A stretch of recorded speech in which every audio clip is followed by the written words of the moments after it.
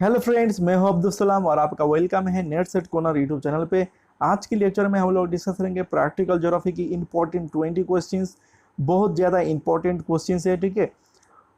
और एक बात, प्रैक्टिकल ज्योग्राफी से हम लोग जो है 140 क्वेश्चंस डिस्कस करेंगे, टोटल 140। ओके, तो प्रैक्टिकल ज्योग्राफी यहाँ पर देखिए दो पार्ट में डिस्कस करेंगे। एक ये वाला जो लेक्चर रहने वाला है, इस लेक्चर में आपका डिस्कस करेंगे स्टैट्स प्लस कार्टोग्राफी। ओके, ये आपका एक सेक्शन हो गया। और सेक्शन नंबर बी पे डिस्कस करेंगे remote sensing and GIS.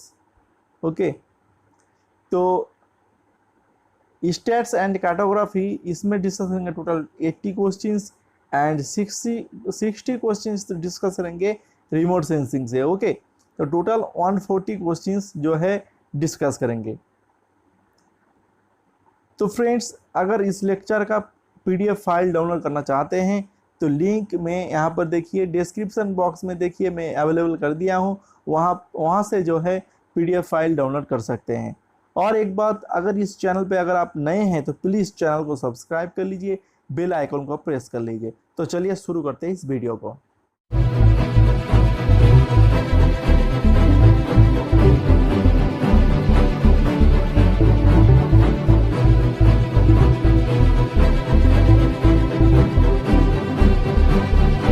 So here is the first question. Question number 1. The geodesy is a science deals with geodesy एक साइंस है जो डील करता है किस चीज़ के ऊपर स्टडी करता है geodesy? The space study, option number A. Option number B पर देखिए interior of the earth, number C measurement of the earth, and option number D study of geological feature. तो इसका जो आंसर है वो है number C, measurement of the earth. Then second number questions. Question number 2. The dependent variable is represented along the dependent variable कहाँ पर represent किया जाता है? एक्स एक्सिस में, Y axis, Z axis and V axis. तो यहाँ पर देख सकते हैं, देखिए आप यहाँ पर देखिए डिपेंडेंट वेरिएबल के बारे में पूछा गया है। हम लोग जो है डायग्राम में वाई एक्सिस में डिपेंडेंट वेरिएबल को शो कराते हैं और इंडिपेंडेंट वेरिएबल रहता है एक्स एक्सिस में। इस डायग्राम में देख सकते हैं, ये आपका रहा डायग्राम। एक्स एक्सिस में जो है आप देख सकते हैं इंडिपेंडेंट वेरिएबल यहाँ पर रहता है, इंडिपेंडेंट वेरिएबल, और डिपेंडेंट वेरिएबल रहता है इधर वाई एक्सिस पे। Then next question, question number 3. Which organisation prepares the topographical map of India? India की टोपोग्राफिकल मैप कौन सा ऑर्गेनाइजेशन प्रिपेयर करता है? Option number A Geological Survey of India, B survey of India, number C National Atlas and Thematic Mapping Organisation, and number D Indian statistical technique. So इसका जो answer है वो है number B, survey of India. Survey of India formed हुआ था 1767 पे and इसका headquarter था देहरादून, आपका उत्तराखंड स्टेट में। ओके, देहरादून, ये याद रखिएगा, ये क्वेश्चन पूछा जाता है। Then next question, question number 4.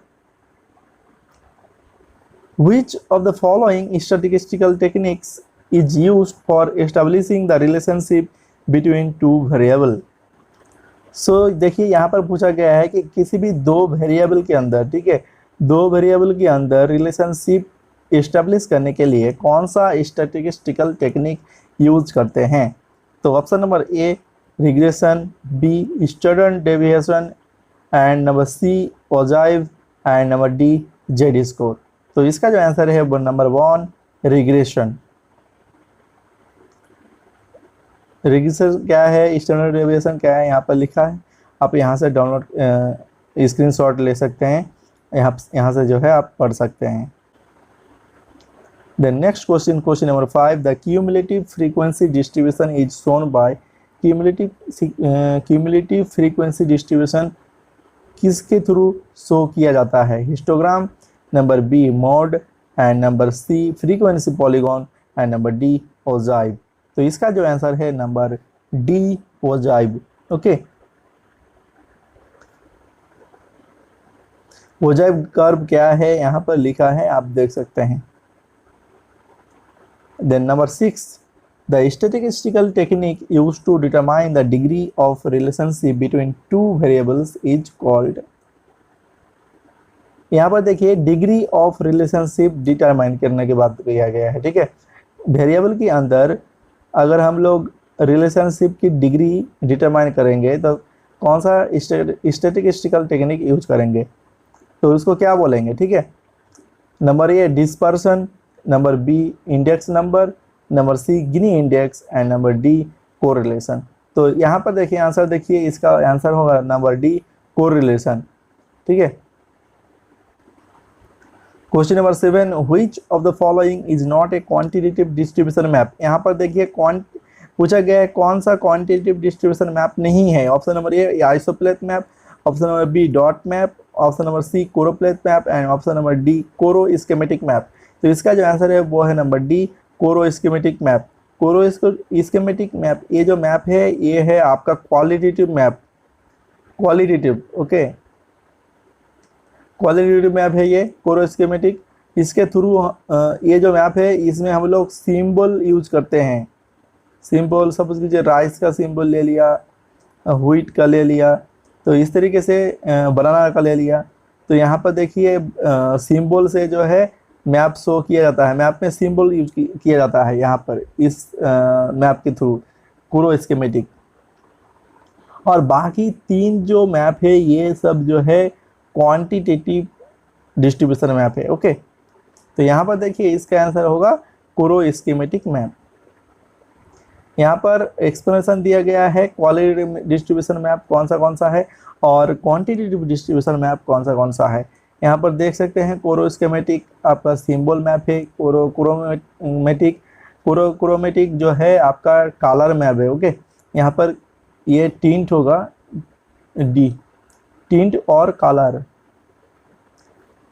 And number C, यहाँ पर देखिए 3 नंबर पे simple shade map and naming map, ये जो है आपका क्वालिटेटिव मैप डिस्ट्रीब्यूशन मैप है। और क्वांटिटेटिव डिस्ट्रीब्यूशन मैप आपका आइसोप्लेथ मैप, कोरोप्लेथ और shading map, and number C आपका dot map. Question number 8, occupational structure of population in India at state level is best represented by। India में, ठीक है, India की अगर स्टेट लेवल पॉपुलेशन की occupational structure show करना चाहते हैं, ठीक है, शो करेंगे ऑक्यूपेशनल स्ट्रक्चर, ओके, ये याद रखेगा। तो कौन सा डायग्राम की थ्रू जो है, कौन सा मैप की थ्रू हम लोग शो कर पाएंगे, ठीक है, बेस्ट रिप्रेजेंट किया जाता है, ओके। यहाँ पर बेस्ट पूछा गया है, ठीक है। तो यहाँ पर देखिए option number A pie diagram, number B dot map, and number C choropleth map, and number D isopleth map. तो इसका जो आंसर है वो है पाई डायग्राम। पाई डायग्राम जो है बेस्ट रिप्रेजेंट करता है ऑक्यूपेशनल स्ट्रक्चर को।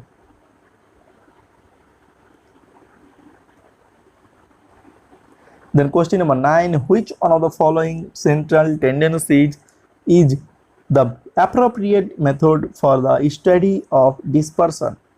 अगर हम लोग स्टडी करेंगे डिस्पर्सन को, ठीक है, डिस्पर्सन, तो कौन सा सेंट्रल टेंडेंसीज यूज करेंगे या अप्रोप्रिएट रहेगा, बेस्ट मेथड रहेगा for the study of the dispersion की स्टडी के लिए।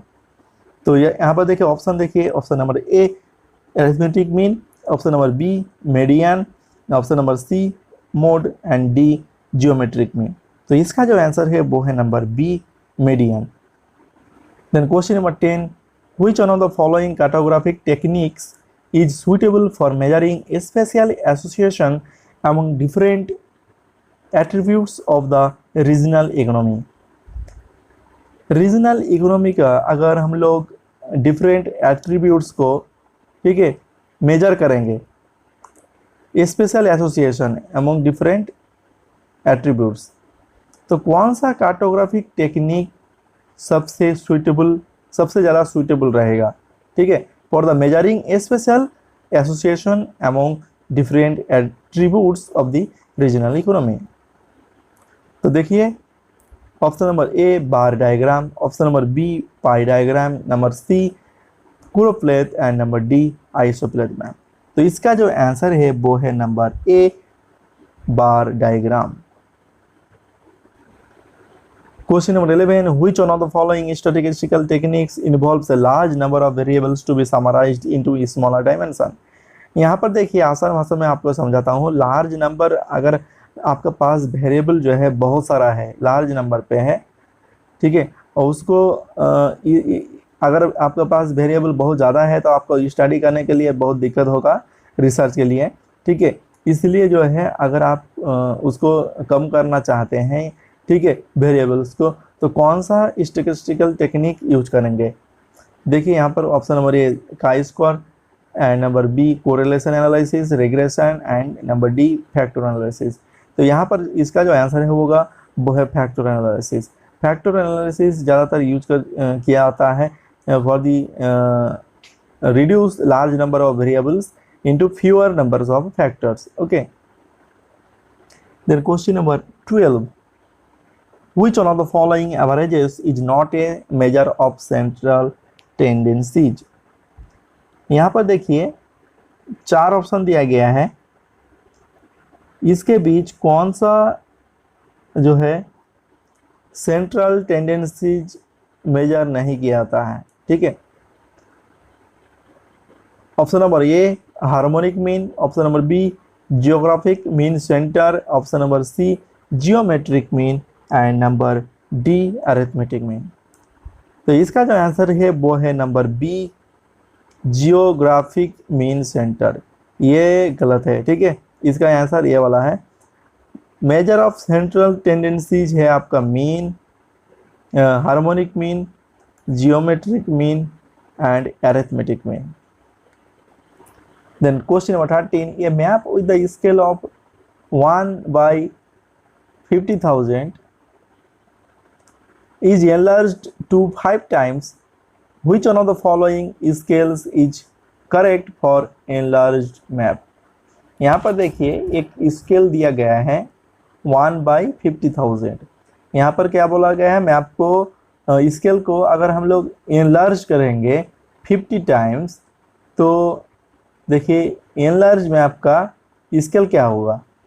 तो यहाँ पर देखिए एनलार्ज के बारे में बात किया है, रिड्यूस नहीं, रिड्यूस के बारे में बात नहीं किया गया है। तो यहाँ पर क्या बोला गया है, एनलार्ज्ड। एनलार्ज अगर हम लोग करेंगे, एक मिनट यहाँ पर अच्छे से लिखते हैं, 1/50,000 एनलार्ज करेंगे तो यहाँ पर देखिए इनटू करना होगा 5 को, तो 5 ऊपर रहेगा, ठीक है, इसके नीचे ऑन रहेगा, तो इसको डिवाइड कीजिएगा तो यहाँ पर 10,000 आ जाएगा, ठीक है। तो इसका जो आंसर है 1/10,000। तो यहाँ पर देखिए ऑप्शन नंबर सी आपका करेक्ट आंसर होगा। अगर यहाँ पर देखिए रिड्यूस लिखा है, ठीक है, अगर बोला गया है, अगर आपको बोला जाता कि ये जो स्केल है, ठीक है, 5 टाइम्स रिड्यूस किया जाए करेंगे, ठीक है, और स्केल के बारे में पूछा जाएगा एक रिड्यूस मैप का स्केल क्या होगा, तो इस तरीके से आपको निकालना होगा 1/50,000। ओके, देन ऊपर 1 होगा, नीचे 5 होगा, ठीक है। तो इस तरीके क्या, इसमें क्या करना होगा, इसको इनटू करना होगा, ठीक है। इनटू करके जितना भी आंसर आएगा उतना होगा आपका आरएफ या एनलार्ज स्केल, ठीक है। तो नेक्स्ट क्वेश्चन में चलते हैं, क्वेश्चन नंबर 14। 2 लिस्ट दिया गया है, लिस्ट 1 में है आपका land use types and list 2 में है कन्वेंशनल कलर मैप सिंबल, ठीक है। तो हम लोग फटाफट मैच करते हैं। तो फॉरेस्ट का देखिए कन्वेंशनल सिंबल क्या है या कलर क्या है फॉरेस्ट का, फॉरेस्ट का कलर है आपका डार्क ग्रीन, फॉरेस्ट में हम लोग क्या यूज करते हैं, dark green. And cultivated area में हम लोग यूज करते हैं yellow. Okay, cultivated area yellow use करते हैं, फॉरेस्ट करते हैं फॉरेस्ट में डार्क ग्रीन। एंड अनकल्टिवेटेड ये जो लैंड है इसमें यूज होता है ब्राउन।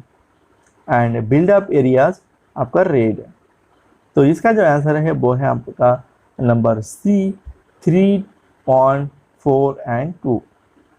यहाँ पर देखिए, यहाँ पर पूरा आपका लिस्ट दे दिया गया है, ये लैंड यूज टाइप से और ये कन्वेंशनल कलर है। ठीक है, यहाँ पर आपका 12 चीज़ें दिया गया है, तो यहाँ पर आप ये कॉपी में लिख सकते हैं यहाँ से। ठीक है, बहुत ही इंपॉर्टेंट है। द नेक्स्ट क्वेश्चन में चलते हैं, question number 15, which one of the following is a non quantitative area distribution map. यहाँ पर देखिए पूछा गया है कि कौन सा नॉन क्वांटिटेटिव मैप डिस्ट्रीब्यूशन है। ठीक है, नॉन क्वांटिटेटिव डिस्ट्रीब्यूशन मतलब क्वालिटेटिव का बारे में पूछा गया है। ठीक है, क्वालिटेटिव। तो यहाँ पर देखिए option choropleth map, isopleth map, multiple dot map and choro schematic map. पहले इसके बारे में हमने डिस्कस किए हैं। ठीक है, तो इसका जो आंसर है वो है number D, choro schematic map. Choro schematic map है आपका क्वालिटेटिव और ये जो है क्वांटिटेटिव। ठीक है, यहाँ पर बस टर्म जो है नन लगा दिया। ठीक है, वहाँ पर था नॉट, तो एक ही सेम चीज़ है। ठीक है, इसलिए इसका आंसर जो है कोरो स्कीमेटिक नंबर डी होगा। Question number 16, in order to study standard of living among the large, medium, small and marginal farmers of a region, which of the sampling technique would be more appropriate। अगर किसी भी reason का, ठीक है, यहाँ पर standard of living को study करेंगे, स्टैंडर्ड ऑफ लिविंग, ठीक है, क्वालिटी ऑफ लाइफ, अगर हम लोग स्टडी करेंगे किसी भी रीजन का, ये सब फार्मर का, देखिए large, small and small, large, medium, small and marginal farmers of a region. ठीक है, तो इतना कैटेगरीज दे दिया, तो कौन सा सैम्पलिंग टेक्निक हम लोग जो है यूज करेंगे सबसे ज़्यादा अप्रोप्रिएट रहेगा। तो ऑप्शन देखते हैं। ऑप्शन नंबर ए है आपका रैंडम सैम्पलिंग, नंबर बी है stratified random sampling and purposive sampling and number D multi stage sampling. तो यहाँ पर देखिए बहुत सारा जो है स्ट्राटा दिया गया है, large, medium, small and marginal. तो इसका जो आंसर है वो है number B, stratified random sampling. Stratified random sampling use किया जाएगा। क्वेश्चन नंबर 17, दो लिस्ट दिया गया है। लिस्ट 1 में है स्पेशल पैटर्न और लिस्ट 2 में है वैल्यू ऑफ RN स्टैटिस्टिक्स। यहाँ पर जो है हम लोग को वैल्यू वाइज स्पेशल पैटर्न को मैच करना होगा सेटलमेंट की। ओके, तो यहाँ पर देखिए ऑप्शन नंबर ये नंबर आपका लिस्ट 1 में देखिए ये नंबर ऑप्शन परफेक्ट यूनिफॉर्म। ये परफेक्ट यूनिफॉर्म इसका जो स्टैटिस्टिकल वैल्यू है वो है आपका 2.14।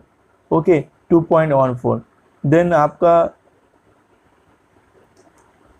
बी नंबर में देखिए टेंडिंग टू क्लस्टर, इसका जो वैल्यू होगा वो है 0.60 एंड टेंडिंग टू रैंडम है आपका 1.20 एंड द परफेक्ट क्लस्टर है आपका नंबर 3000। तो यहाँ पर देखिए इसका जो आंसर है वो है नंबर सी। और यहाँ पर देखिए आप लोग value of RN statistics and special pattern. तो यहाँ पर देखिए अगर लेस देन 0.5 है, ठीक है, तो आपका जो सेटलमेंट पैटर्न है वो है आपका क्लस्टर में होगा। ठीक है, टेंडिंग टू क्लस्टर की तरफ जाएगा। ठीक है, और 0 रहेगा सिर्फ, तो आपका 100% जो है क्लस्टर सेटलमेंट पैटर्न होगा। ओके, तो सेटलमेंट पैटर्न क्लस्टर कैसा होगा, ये आपका क्लस्टर सेटलमेंट बहुत सारा जो है एक ही जगह में बहुत सारा घर होगा। ठीक है, ऐसे तो ये हो गया आपका क्लस्टर। ओके, बहुत सारा। और यहाँ पर देखिए 0.575 टू 1.25। यहाँ पर देखिए सेटलमेंट जो पैटर्न है वो रैंडम की तरह जाएगा, ठीक है, रैंडम, थोड़ा रैंडमली इस तरीके से जाएगा सेटलमेंट पैटर्न। यहाँ पर एक है, यहाँ पर एक है, यहाँ पर दे दिया, यहाँ पर एक दे दिया, यहाँ पर दे दिया, कोई सिस्टमेटिक नहीं है, ठीक है, ये रैंडमली आपका जो है होता रहेगा सेटलमेंट पैटर्न। एंड देन यहाँ पर ये वाला देखिए 1, अगर 1 हो जाएगा वैल्यू, ठीक है, 1.75 टू 2, ठीक है, इसका जो आपका सेटलमेंट पैटर्न है वो यूनिफॉर्म में हो जाएगा, ठीक है, यूनिफॉर्म की तरह जो है पैटर्न होने लगेगा इस सेटलमेंट की, ठीक है, टेंडिंग टू यूनिफॉर्म पैटर्न इस तरीके का होगा। लेकिन यहाँ पर पूरा तरीके से जो है यूनिफॉर्म नहीं है, ठीक है, एक घर अगर यहाँ सपोज कीजिए यहाँ पर दे दिया होगा, ठीक है, यहाँ पर दे दिया, यहाँ पर दे दिया, ठीक है, तो यूनिफॉर्म है, ठीक है, यूनिफॉर्म की तरह होने लगेगा यहाँ पर इस वैल्यू में। और देखिए ये वाला जो वैल्यू देखिए, अगर 2 ठीक है 2.15 है, 2.15 तो परफेक्ट सेटलमेंट पैटर्न होगा, ठीक है, परफेक्ट मतलब घर एक रो में जा रहा है एक लाइन में, तो एक लाइन में 3 घर है, तो उसी वाइज सेकेंड लाइन में भी 3 घर होगा, ठीक है, ये हो गया आपका परफेक्ट यूनिफॉर्म। ओके, तो ये रहा आपका RN statistics and settlement pattern या spatial pattern. Then next question number 18, which one of the following is not a measure of central tendency? यहाँ पर देखिए कौन सा सेंट्रल टेंडेंसी नहीं है, ठीक है, मेजर ऑफ सेंट्रल टेंडेंसी नहीं है। Option number A arithmetic mean, option number B mean median, mean deviation, and number C median, and number D mood. तो इसका जो आंसर है वो है आपका number B mean deviation, option number B by mistake, ठीक है, यहाँ पर 1:50,000 होगा, तो सबसे ज़्यादा है यहाँ पर सबसे कम वैल्यू है आपका ऑप्शन नंबर बी पे, बाकी सबसे ज़्यादा सब ऑप्शन में ही इससे ज़्यादा है, ठीक है, बी नंबर ऑप्शन से ज़्यादा है, ठीक है। तो यहाँ पर इसका जो आंसर है इस क्वेश्चन का लार्ज स्केल का ये है आपका नंबर बी। और यहाँ पर अगर आपको पूछा गया है कि स्मॉल स्केल का मैप स्केल कौन सा है, तो इसका जो आंसर होगा वो आप सबसे हाईएस्ट वैल्यू जो रहेगा वो वाला, ठीक है। यहाँ पर देखिए स्मॉल स्केल के लिए यहाँ पर है, ठीक है, ऑप्शन नंबर सी में देखिए 1:500,000 है, ठीक है, तो ये हो गया स्मॉल स्केल के लिए। और आपका लार्ज स्केल के लिए है आपका option number B 1:25,000। I hope कि ये आपको समझ में आया होगा। Question number 20, which one of the following symbols does not represent a point data. यहाँ पर पूछा गया है कौन सा सिंबल जो है पॉइंट डेटा को रिप्रेजेंट नहीं करता। स्पॉट हाइस्ट एक पॉइंट में रिप्रेजेंट किया जाता है, बेंचमार्क पॉइंट में रिप्रेजेंट किया जाता है, और नंबर डी ट्रायंगुलेशन स्टेशन ये भी पॉइंट में रिप्रेजेंट किया जाता है। लेकिन कंटूर जो है आपका इमेजिनरी आपका लाइन है, ठीक है, इमेजिनरी लाइन है। तो इसका जो आंसर है number C contour. So friends, I hope आपको ये लेक्चर पसंद आया होगा। तो इसके लिए अगर पसंद आया है तो प्लीज़ लाइक कीजिएगा इस वीडियो को, और चैनल में नए हैं तो प्लीज़ चैनल को सब्सक्राइब कीजिएगा, और दोस्तों के साथ ये लेक्चर ज़रूर शेयर कीजिएगा। मिलते हैं नेक्स्ट वीडियो में, तब तक के लिए bye. Thanks for watching, thanks a lot.